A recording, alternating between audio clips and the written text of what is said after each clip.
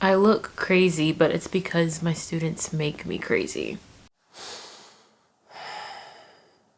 Okay, let's try this. What's up? Welcome. I think this is like the first video I've done on this channel that isn't like vlog style. Small little backstory. Okay, this video is going to go up in probably December, but it's being filmed like the 3rd day of October. Okay, listen. So in the South, I know there's like 3 locations in Tennessee, 1 in North Carolina. I don't know the other locations. I don't even know if it's like actually in the South or like the United States.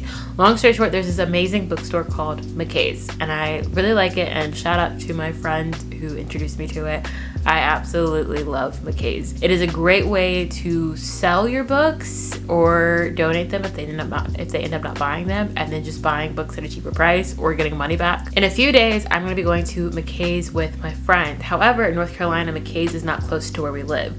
So when I moved here and I figured out that McKay's was here, it's just not close, I was like, we're gonna make this an annual thing. Every October, for as long as I live in North Carolina, because I'm not staying here forever. Absolutely not. For every year that I am here, every October, I will be going to McKay's because it is a little bit of a drive. So before I go, I wanted to share all of the books that I read that I hated. Hate's a very strong word. I didn't hate them. I just really didn't like them. But I wanted to share them before I got rid of them. And I'm sure between October and December, there could be more books that belong on this list. But since we're going in a few days, I thought I'd film it now. Anyway, the first book that I read this year that I was like, girl, what is this? The Holiday Switch by Tiff Marcello. And all of the books that I show you, I have done reviews on. I got this from Barnes and Noble. I was excited to read this because the characters are Filipino. I believe they're Filipino American, but this feels like a Hallmark movie for teenagers. The timeline doesn't make sense.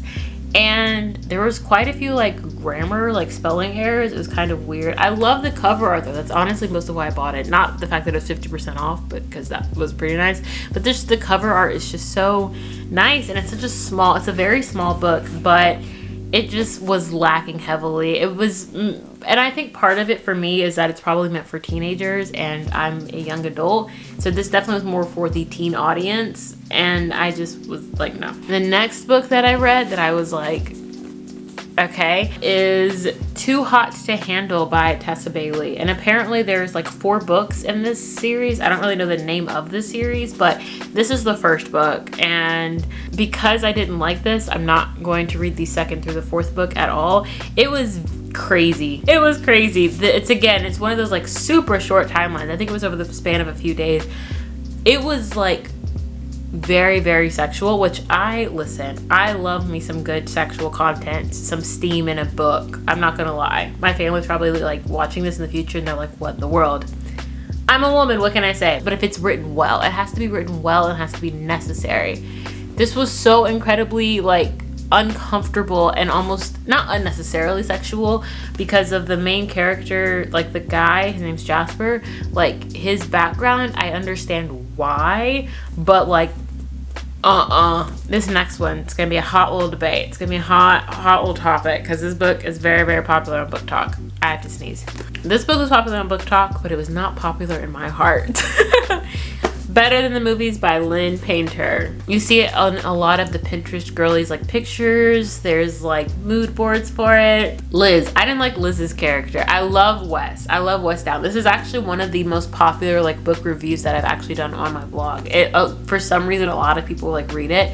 And literally the title of it is Wes, Please Be Mine. Because Wes, the male lead, amazing, beautiful, love him. And the way it ended, cue the Bozzy were the last 3 words of the actual book, and then the epilogue came.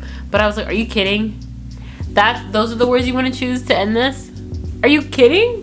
This is a very much so of the moment pop culture book, and it's not going to age well in my opinion. So it's just a big no for me. Next book, this is another one in a lot of Pinterest girly pictures, which is very shocking to me because it's a Wattpad book, but it is called The Upside of Falling by Alex Light. I read this just because I did read it when it was on Wattpad. It was just very blah. I don't know how to explain it.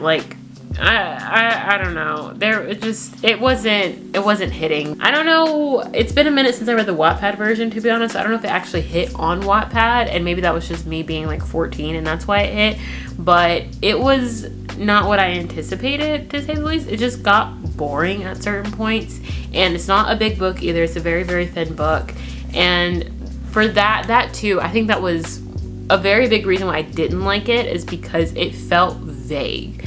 Like, there were some sentences that were like 4 words, and I was like, some detail, some description. There was something missing in those moments. There was a lot missing, and because there was a lack of like description and detail, some of the plot, there's a lot of plot holes, and I was like, okay,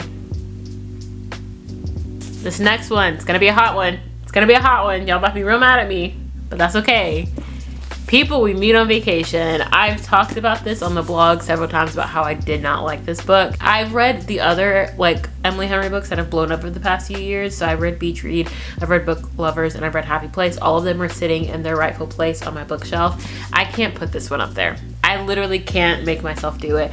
And I've read books with time jumps. We just got done with Love in Other Words, and it's so freaking fantastic. There are time jumps all over that book, and I loved it. But this book, the time jumps, it wasn't keeping me.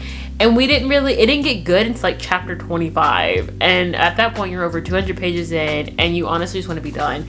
And I used to work with someone who was reading this. This was her introduction to Emily Henry, and she didn't like it. It took her like forever to get through it. And I understand why. It took me, if this was not a book club book, like if I wasn't reading this for my book club, I probably would have taken forever to get through it. But we kind of gave ourselves deadlines to like get things done, and thank goodness, because I wanted to just be done with this book. It was, nothing about it was like great to me. Yeah, I mean, Emily Henry is a fantastic writer overall, but this was not it. Next book is How to Love.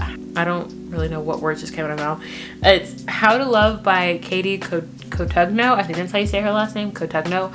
I don't like when I say I don't like this book, I want to throw it across the room right now. It's just not good. It's like literally, and maybe I misread it, but I truly don't know how, because I read it, but it's giving like toxic relationship energy. Now I will say I appreciate that we get right into the plot from the jump, but it's like strong toxic relationship energy. I don't like the woman telling the story. I believe Rena. I don't like Rena at all. And then she comes from a crazy conservative family. I will say there's supposed to be like a bad boy in this, like Sawyer as a bad boy is written so well, but their relationship is horrible. And then they had a kid together, like she's a teen mom, and like the way she talks about her kid is garbage. Like she talks about her kid as if she didn't want her, but she's like stuck with her. And I understand when you're a teen mom, like I get that situation, but like she's just so, like, Rena is so unlikable, and she's telling the story, which just makes the story unlikable. And yeah, I couldn't find, the only good thing about this book was her best friend's name, and I think her name was Shelby, and that was it. And Shelby was hardly in it, but the moments that Shelby came through, I was rooting for her. But yeah, no. And then it was so weird. It's kind of like the author didn't have any descriptive words, so everyone except Shelby has like dark hair. And I don't know, it was just weird. It's definitely not my favorite book. Like if there's a book that I think I got this from McKay's, I'm giving it back to them. Second to last book, and I was so disappointed because I love the cover of this book. The Unhoneymooners by Christina Lauren. You can't see the cover because the sun's doing its job so well, which is weird because I don't get a lot of lighting in this apartment. But anyway, I did not like this book. It was, I don't even know how to explain it. Like there was detail where there did need to be detail, and then there were moments where it's like, yes, we need more description, and we got nothing. We got crumbs if we were lucky. So like when they're on vacation, like Olive's new boss is there and they have a moment, and it didn't make sense at all as to why he was there. And then Ethan's ex-girlfriend shows up on the vacation. No purpose. I mean, yeah, literally no purpose at all. All it did is just get conversation going between like Ethan and Olive, but there was other ways for that to happen. So her being there was incredibly unnecessary. So I don't know, there's just a lot of ways that this book could have been written better in my opinion. It just doesn't feel like a fully fleshed out story. It feels like a rough draft, honestly, and there's just a lot of work that needs to be done to make it great. it's just not like, I truly do not plan on reading this ever again. If I were to keep it, it'd be because I like the cover. But at the end of the day, I only want to keep books that I want to read again, or that I want to force my children to read in the future, because I'm gonna make my children be nerds. The last book that I have that I did not like is We're Gonna Need More Wine by Gabrielle Union. This is non-fictional. This is a collection of stories from Gabrielle Union.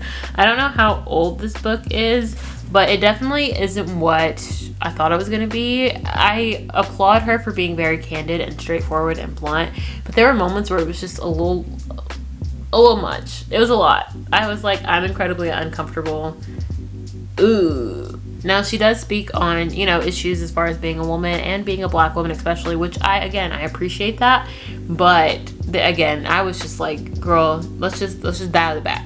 Let's reel it in. We've experienced things that are that align as far as just being like Black girls who try to fit in with like white people. Like, I get that, I get it, and it's a very real book. It literally says like, things are about to get real, cheers. And it does get real. It gets so real to the point where I almost needed a drink to get through the book, because I was like, this is kind of intense. But I don't plan on reading this again, because it was a lot. It was truly a lot. And it wasn't like, I'm glad my mom died a lot. Like, Jeanette's book was wild. Emotional roller coaster. I was very unwell, but I was so unwell in a good way that I want to reread her story. Like, I literally keep seeing it everywhere, and I'm about to just reread it again. But this is like, I'm unwell and I need somebody to help me. I need someone to help me. I haven't been touched, I've been attacked type of energy. I don't know how to explain it, but it just doesn't hit the same as other memoirs that I've read that honestly tell very similar stories about just different things that we have experienced. Everyone's experienced different things, but everyone's also experienced troubles.